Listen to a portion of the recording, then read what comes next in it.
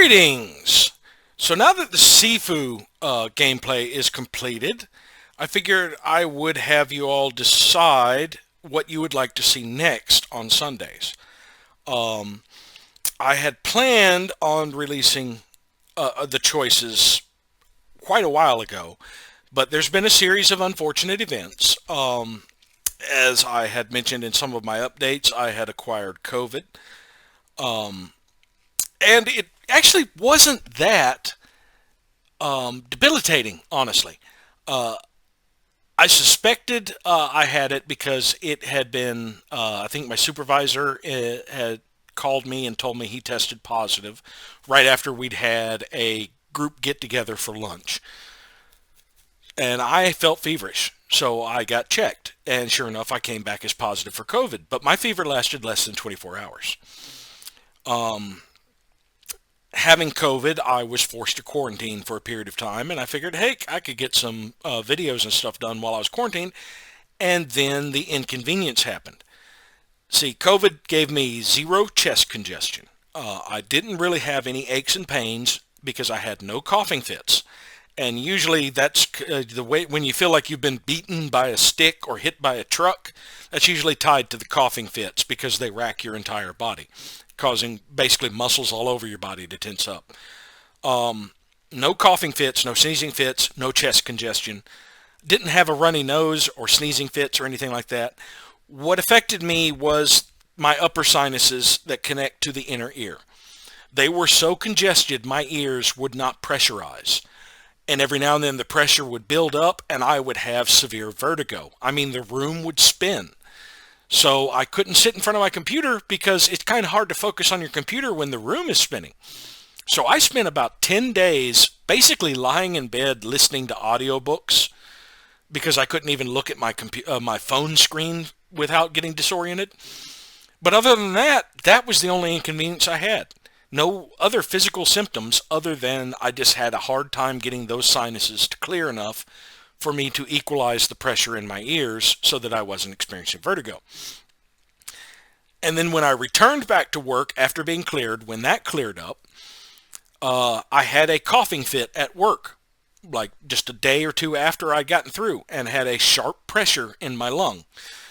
And when I went to go get that checked out, it turned out through a CT scan that I had a mass in my lung. So I had early signs of pneumonia. I had a pneumonia growth. And they suspected it was bacterial, so they put me on antibiotics, and it took about 3 days for the pain to go away on those antibiotics.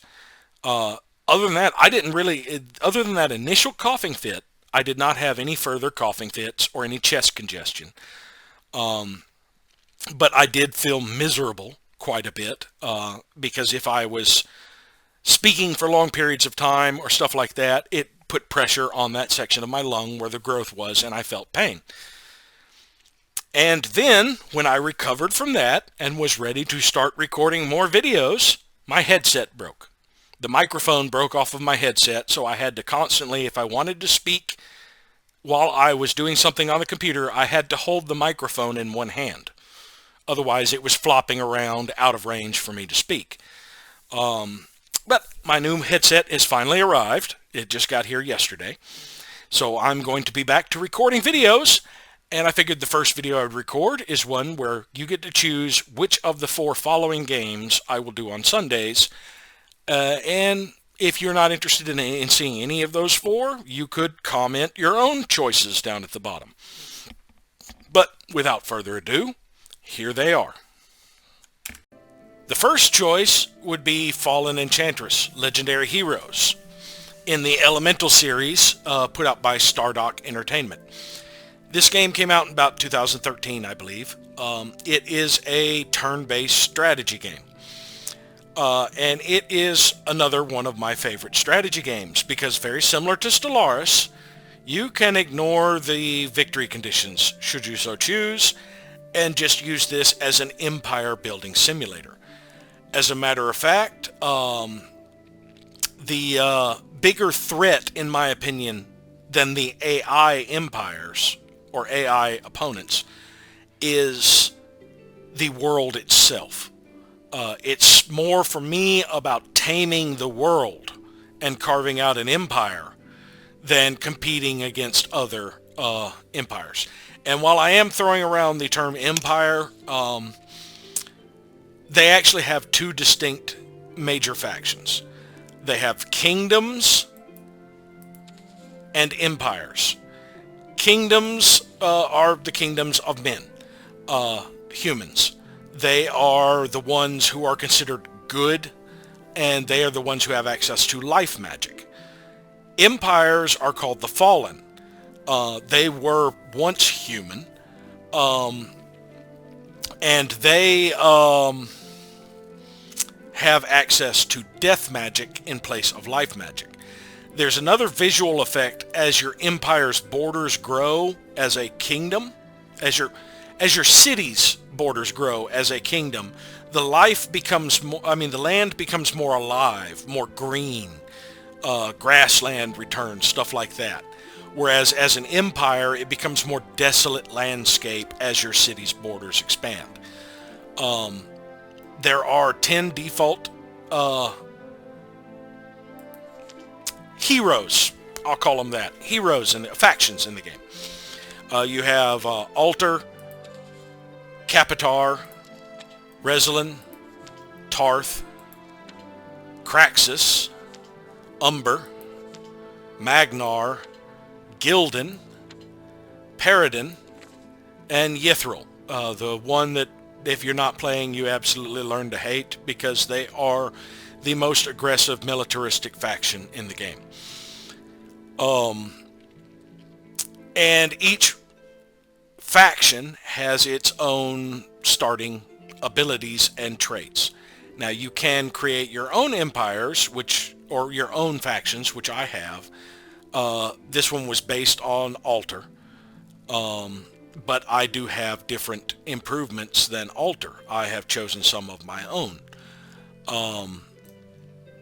If you go into create character, you basically have to choose a default faction that you are based upon, and then you can do customization from there as to what your leader's profession is, what your magical proficiencies are, what talents and weaknesses you have. You can break down your absolute appearance with your starting clothing design, what equipment you start with, whether you start with a horse, for example. And all of these has a base cost, basically. If you want to start with something really powerful, it's going to cost you in another area. You can also change your overall body and what animation you have as default, and your stance.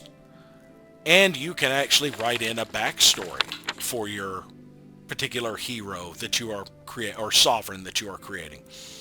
And of course, you can choose whichever gender you want. But we're going to jump in here into a pre-existing game I have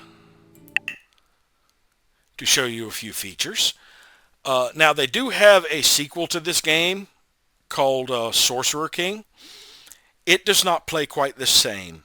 It is more RPG with strategic elements, with a storyline. I was a little disappointed because I really loved the system in this game and would like to have seen an updated version of that system.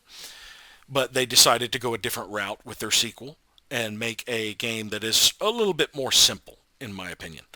This one has so much more complexity and depth to it than the sequel, in my opinion. So I'm not really that interested in Sorcerer King. But Fallen Enchantress, oh, this was a great game. Alright, so if we look at, say, my leader,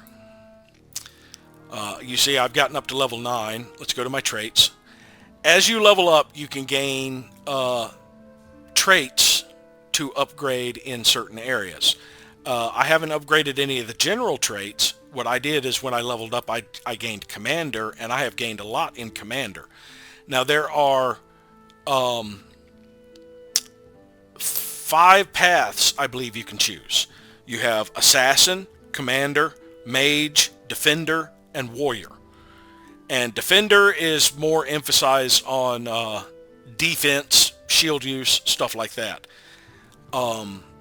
Commander is more about benefits to your army that you are leading, or cities that you are stationed in. Mage is more about your magic use. Assassin is more about single target offense. It's about taking out really tough opponents. And Warrior is more of a balanced one. Let's see, hero-wise, I believe I have some more heroes.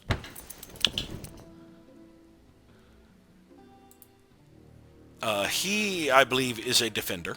Yes. And he is picking up bonus to defense. Eventually, he will get things that improve his army, I believe. But mainly, he is about, his army's spell resistance, his army's dodge rate. So all of them do benefit the army they command. It's just commanders are better at it. Now, I also have somewhere around here. Is she still up here? Yes, I have a mage. She is an air disciple and a life disciple. And under mage, I haven't really leveled her up much, but basically she can get different summonings.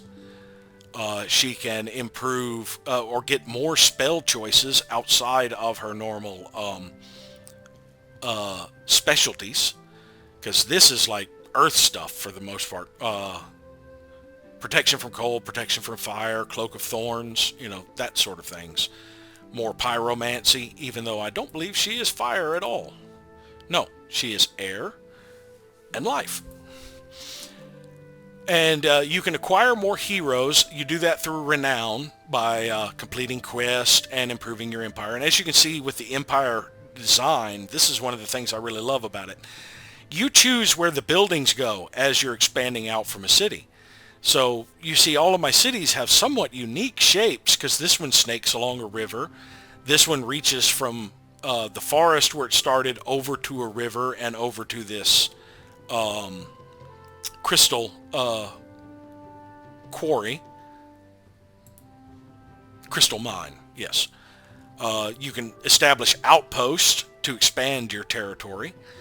As your settlements level up, you get to choose a specialization from one of three. You can choose enclave or conclave, which is research and mana. You can choose town, which focuses on Gildar, which is your finances. It's your monetary income. And you can choose fortress, which focuses on military improvements and production. So these are the towns these are the settlements that will end up churning out your armies for the most part. Now, the default game has one restriction where unless you start adjacent to a river, you cannot build a dock. Unless you start adjacent to a forest, you cannot build a lumber mill.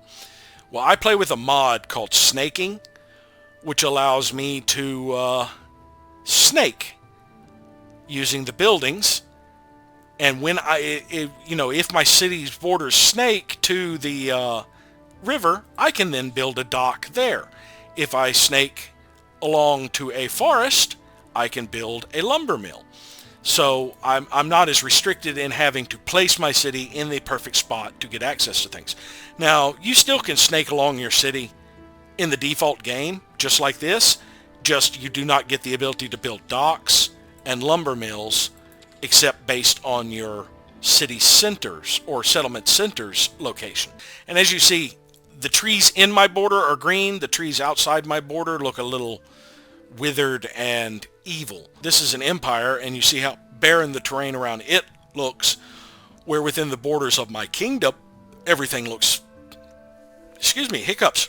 Everything looks a little bit more alive. But yes, I really do love the depth of that. And if we go to, let's pick any city, train, design. If you go to units, you can do a lot of customization on your units. This traveling monk is an upgrade of the scout that I created. The Scout has no penalty for movement in terrain and a bonus to sight range. Let's show the hidden designs. Default Explorer, yeah, but they start out as weak, and had Iron Skin for defense. I didn't like that. I wanted my monks to have a bonus to dodge and a further bonus to dodge, and them to use the monk staff, which gives them a bonus to dodge.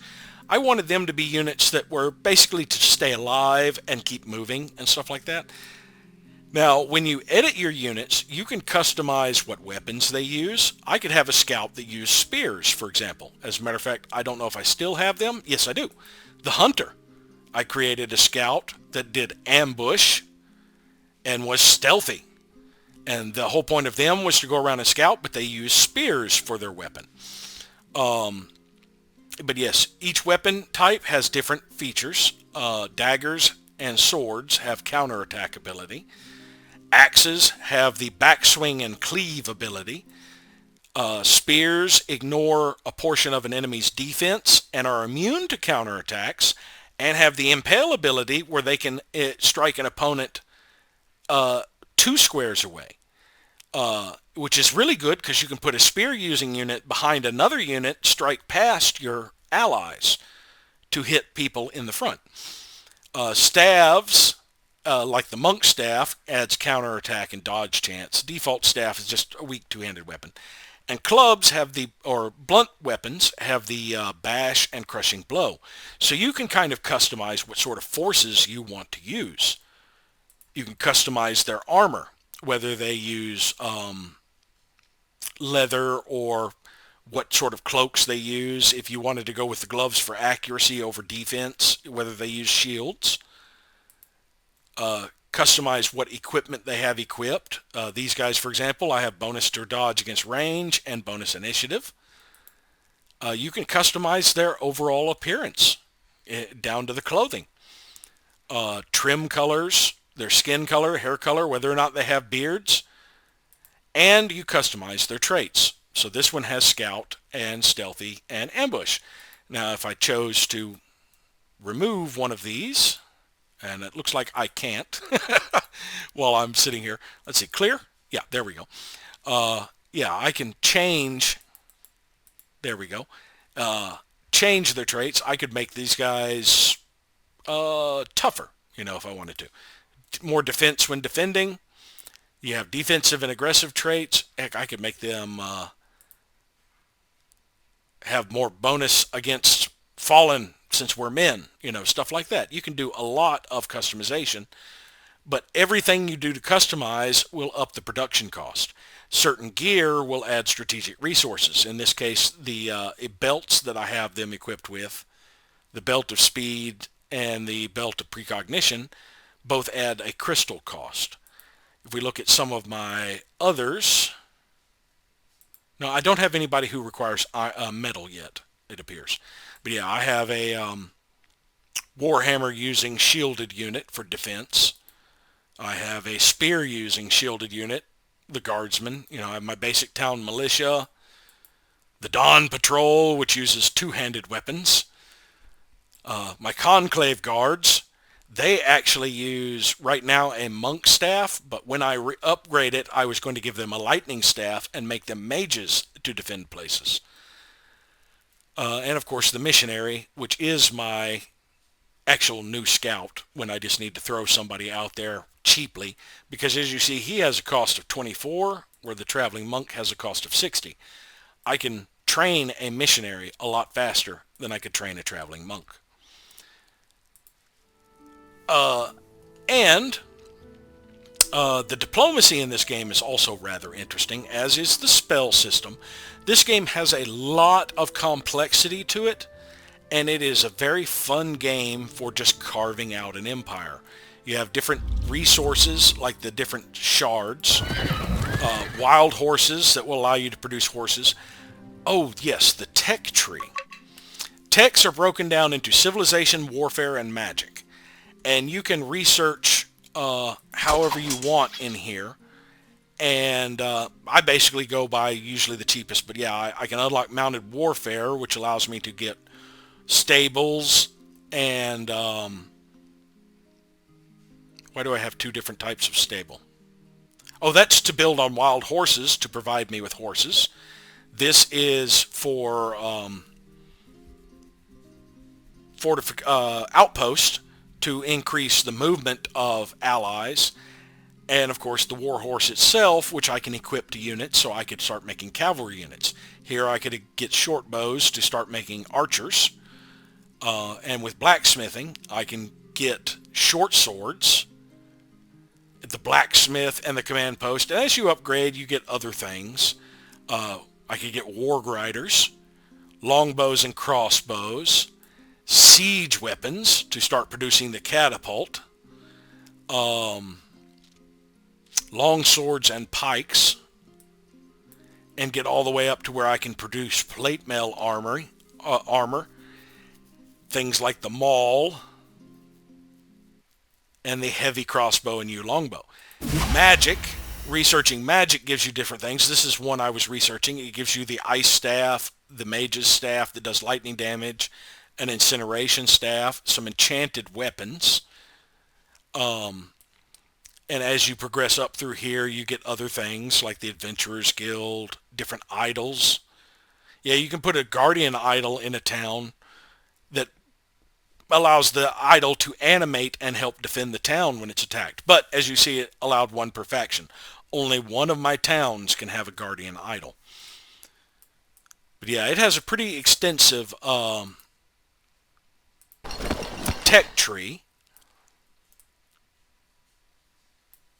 And the different ones, this one will upgrade the amount of units in a company. Right now, I think I have 3 units per company. I can upgrade it eventually all the way to have 6 units per company so that I'm fielding more troops. Now, the combat in this takes place on a small-scale map. If we get into combat, it jumps into another map for us to do turn-based combat in. And of course, everybody, I have access to magic and stuff. On different magic is either I have enchantments for my cities. I have spells that I can use in combat and spells that I can use on the world map. These are like enchantments, whereas Tremor is cast on the big map here. But when it comes down to fighting, I'd have to, here's tactical. There's the tactical tab. I can summon a pack of wolves, a bear, or a Naja, or panther. I can heal. I can cast fireballs, haste. You name it. It's got a lot of complexity to this game, and I really enjoy it. Because you can basically carve out an empire. And way over here, though it's in the Shadow of War, so you can't really see it, this region here is controlled by an epic mob. I believe I have a quest involving him. Let's see, where are my quests listed at?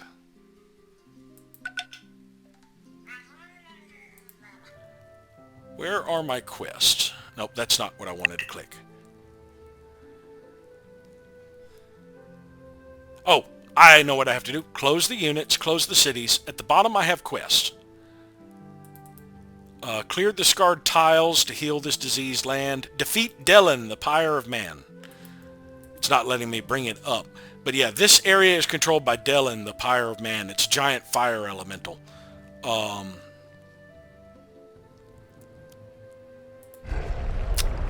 Can't really see him unless we had somebody in the vicinity to examine. Which I can't get him over here fast enough. He only moves 3. It takes several turns, so that's something we would save for if we actually did a playthrough. Now, one of the great things about this is the different areas where there are monsters.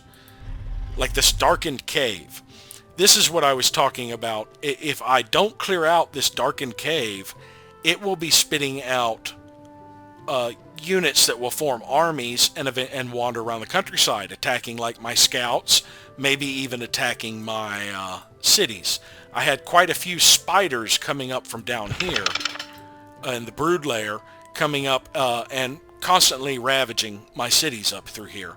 until I came down here and started clearing out some of them, and I actually think I have a hero in the vicinity that was getting ready to take them out. Maybe this is him.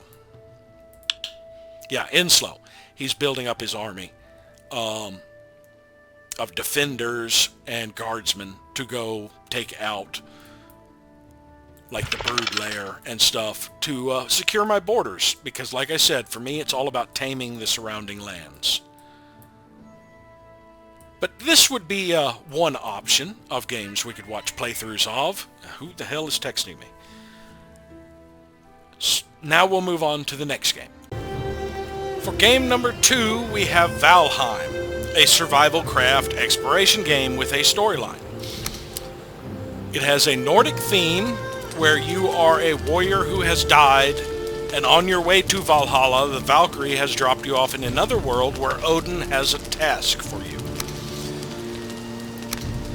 You progress through here, learning different recipes, building different things, upgrading your gear, and finding foods to boost your health and stamina. And it's mainly the regions are kind of tiered. Like, you find better quality materials to make food in Region 2 over Region 1, and that gives you more health and stamina for dealing with tougher opponents. Now, it's a very beautiful world. As you can see, I have a shelter here I have built. I have an upgrade to my workbench so that I can craft better things. And right now I'm still working with like stone and flint, crude bows. I do have access to shields and different weapons. And of course I have gathered quite a bit of resources in the way of wood and stone for upgrades. I do like the mechanic of cutting down trees in this game. As you chop down trees, you get them to a certain point, they will get ready to fall down, and you have to make sure they don't land on you. Ouch, that hurt. It did kind of, it landed on that tree and bounced into me, basically. Now let's clear this stump out of the way.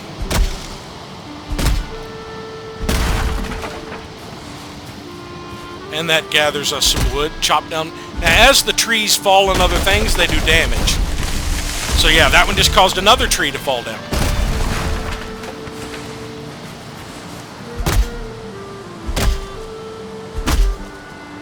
And this is a very skill-based game in that as you do things, you get better at it. So, for example, me chopping trees is improving my wood cutting. As I go running around and sprinting, that improves my ability to sprint. Swimming improves your ability to swim, etc., etc. You improve skills by using them in this game, rather than leveling up and spending points. Yeah, just gathering a few more resources here. Looks like, and as you see, I'm actually hitting both at the same time with this swing. I'm hitting the stump and the log beside me. And I just improved my wood cutting. And now that I've gathered all those resources, I can come over here, get out my crafting hammer, or just go into my inventory and right-click on the hammer, and add another wood stack.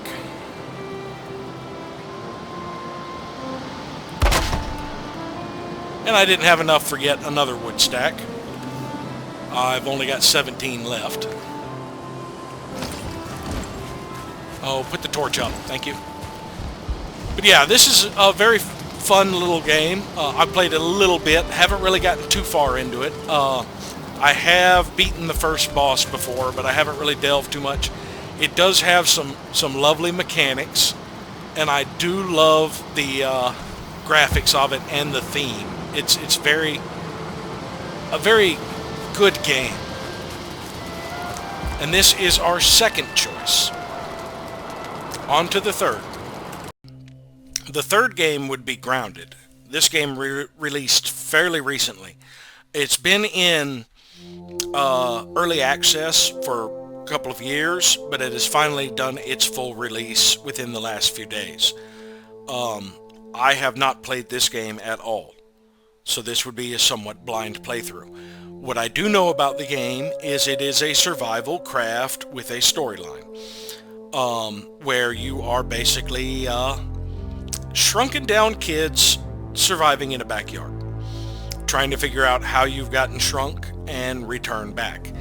I haven't watched a lot of videos on it, just enough to see that it was something that interested me. It supports up to 4 players. Let's just do a new game because I don't have any. It's the first time I've launched this up. I have a choice of 4 different characters. My name's Peter. My friends call me Pete. And just jump in here. Yard world name, let's just call it Backyard for now. I'll come up with something better if we actually do a playthrough. Now, I know the intro, I have seen the intro trailer. It has a very Stranger Things feel to the music on it, I believe. Which is another thing that attracted me to the game. But I did like the little bit of gameplay I have seen as to how much freedom you have in this game. Yes, it does have a storyline, and that storyline is fairly linear. You can't run from me, you Valby! You think you outsmarted me, the mighty Muldoon? I don't think so. Let's actually go ahead and skip this. We'll watch it if we do a playthrough.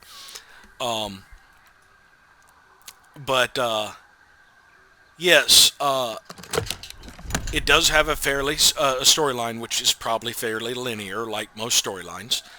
But you're not restricted to pretty much have to follow the storyline constantly. Pete. Oh, looks like you really stepped in it this time. You actually have the Where in freedom the world are you? to run around and do what you want. Within reason, of course. I mean, there are areas that would be gated by...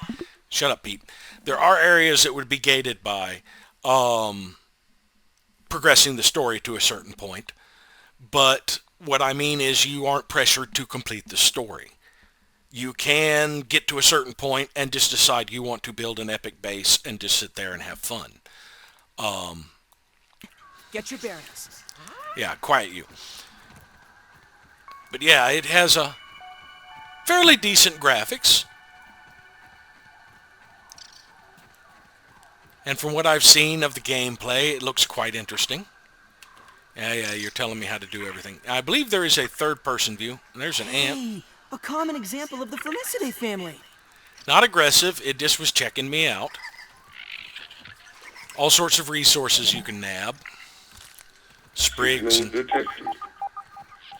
What's that? It sounds like a radio signal. It must be being transmitted from nearby. Now I need some sort of axe to be able to chop down the grass. Let's see, how do I go about... There it is. Yeah, you're crafting once I get the recipes unlocked. Right now I don't have any unlocked.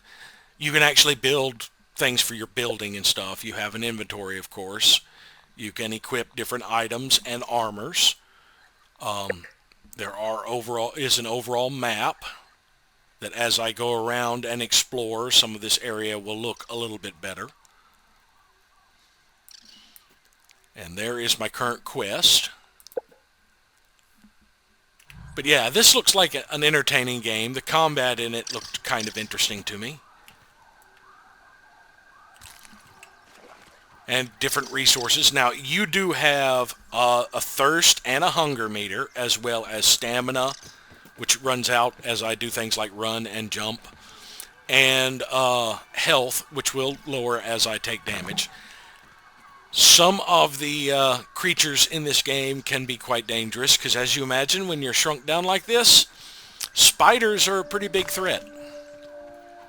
And they actually do have, in the option, under accessibility, I believe, arachnophobia safe mode. Show the spider preview. Yeah, the higher the setting, the lower the spidery look of spiders. So you can get them just down to amorphous blobs if spiders really bother you. But yes, it is a very interesting looking game. Nope, we're not applying any changes. It's a very interesting looking game and one I wouldn't mind playing through. And if you'd like to see my first playthrough, that's another option in this. What's the difference between quitting and super quitting? That probably desktop would be my guess. But that is, and now on to the fourth game. For our fourth and final choice, we have Endless Legend, put out by Amplitude Studios. This is in their Endless series. In the lore, it would actually take place after Dungeon of the Endless. It is involving the world of Aruga, where Dungeon of the Endless takes place. It is a turn-based strategy game. And it is very similar to the latest installment or latest game by Amplitude, which would be Humankind, in that the terrain is broken down into regions. You build one city per region. The way combat takes place is very similar to Humankind as well. This game is very steeped in theme. It has a rich lore and theme and a unique mechanic of gameplay for each of the empires. Each empire has a slightly different gameplay, with the exception of the Vultures and the Mizari. Mizari are basically a reskin of the Vultures. There is no difference between the Vultures and the Mizari other than their appearance. I believe even their, it says right here, Vulture's main quest. Vulture's main quest. There's not really any difference in their main quest. But each empire has a quest, a main quest line that they follow. And that is one of the victory conditions is, if we go to advanced settings, you have elimination, expansion, economic, diplomatic, wonder, scientific, supremacy, quest victory. You can do that by completing your storyline's quest. Now the wonder victory is also tied to that because by going through your quest, at the last stage of your quest, you get the option to start building the wonder. This game is more paced like Civilization than, say, Stellaris or Fallen Enchantress.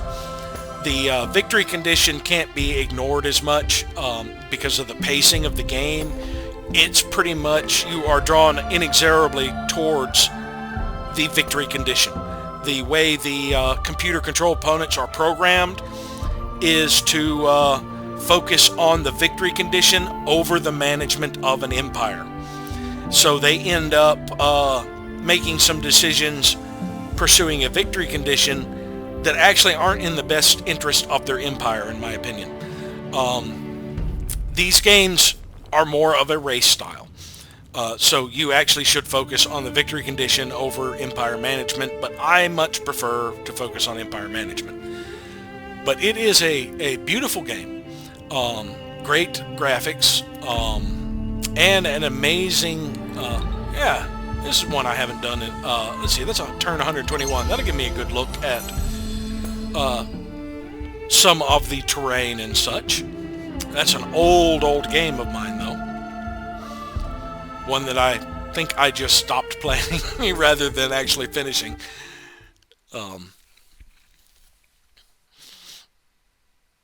But yeah, I love the lore in this game. And I love the way it's presented, and I love the uniqueness of each faction. And I mean, some of the factions are truly unique. Some of them can't build settlers. They're stuck to one city, and they have other mechanics for claiming control of other areas.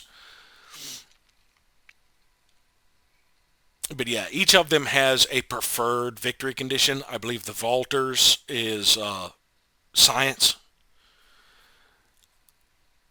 because that is another victory condition, is to get 3 of the 5 scientific researches in the final tech tree.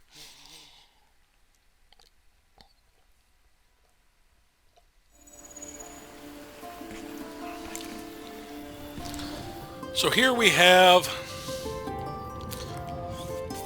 the empire I had carved out.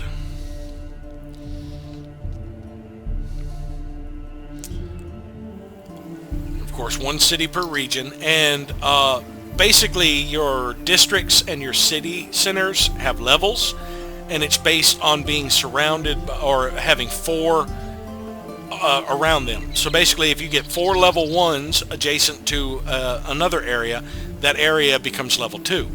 If these were 4 level 2s, that would become level 3, and the areas would level up. So the mechanics of building the cities are kind of interesting.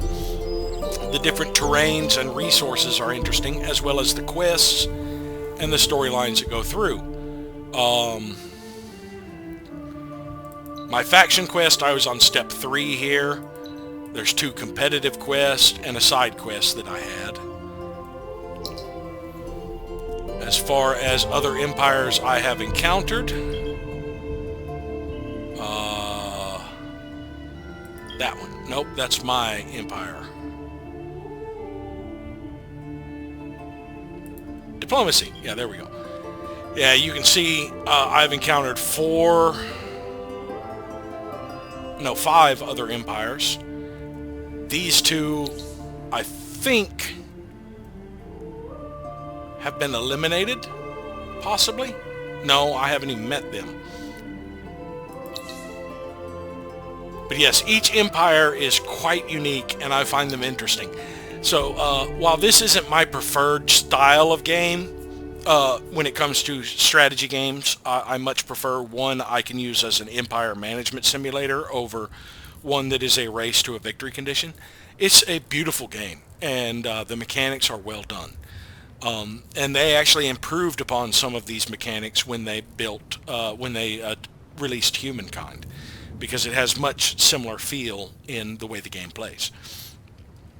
But that is our 4th and final choice. And again, if this is the one you would like to see, please mention it below in the comments. I will give a couple of weeks before I tally up all the comments and see which of the games has more interest at this time. But thank you all for watching, and hopefully we'll see you next time.